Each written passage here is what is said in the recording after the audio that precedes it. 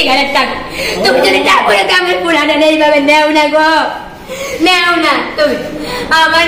আমার মা বাবার তুমি এমন ভাবে অ্যাক্সিডেন্ট করাও না। মা, আমার 3 দিনের অফিস বন্ধ আছে, চলো তোমাদেরকে নিয়ে কসবেশ্বরী মায়ের মন্দিরে পুজো দিতে যাই।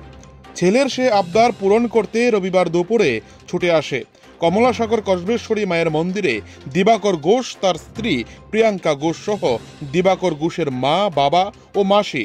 কসবেশ্বরী মায়ের মন্দিরের পুজো দিয়ে মাকে ছেলে দিবাকর ঘোষ বলে, মা বাবা মাসি তোমরা অন্য গাড়ি করে বাড়ি চলে যাও, আমি প্রিয়াঙ্কাকে নিয়ে বিশালগড় নৌকাঘাট ঘুরে বাড়ি আসছি।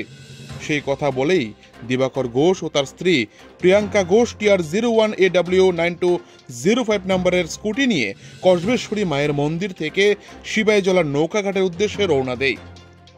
পেছনে অন্য গাড়ি করে দিবাকর ঘোষের মা, বাবা, মাসি চলে আসছেন।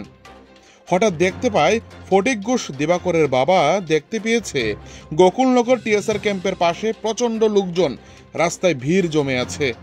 গাড়ি থেকে নেমেই দেখতে পায় ছেলে দিবাকর ঘোষ ও পুত্রবধূ প্রিয়াঙ্কা ঘোষ রক্তাক্ত অবস্থায় রাস্তায় পড়ে আছেন।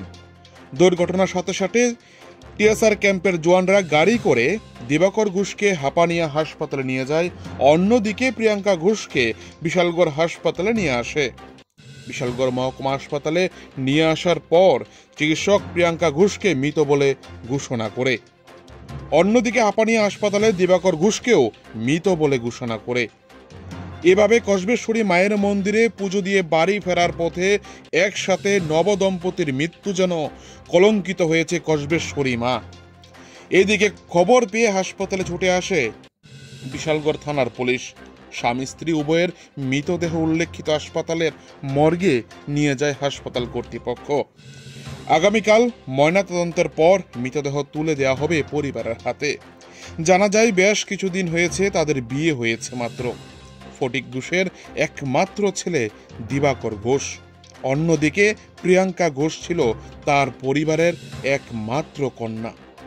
দিবাকর ঘোষ বিলোনিয়া ত্রিপুরা গ্রামীণ ব্যাংকে কর্মরত ছিলেন।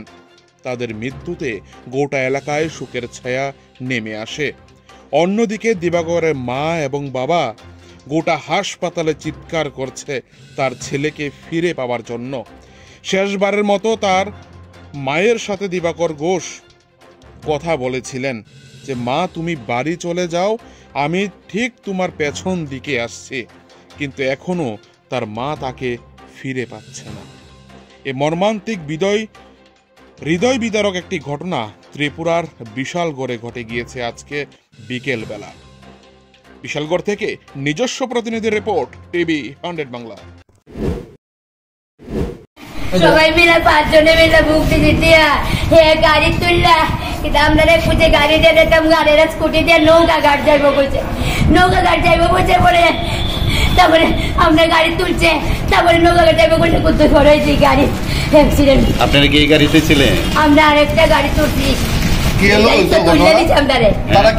আরেকটা গাড়ি নাইমা গেছি গা, নামাই দিচ্ছে নাইমা অ্যাক্সিডেন্ট হচ্ছে। আরেকটা গাড়ি তুললে দিচ্ছে আমরা তাইরে সুদার তাই হের আবার আরেকটা গাড়ি দিল। আপনার ছেলে কি এমনিতে ছিল?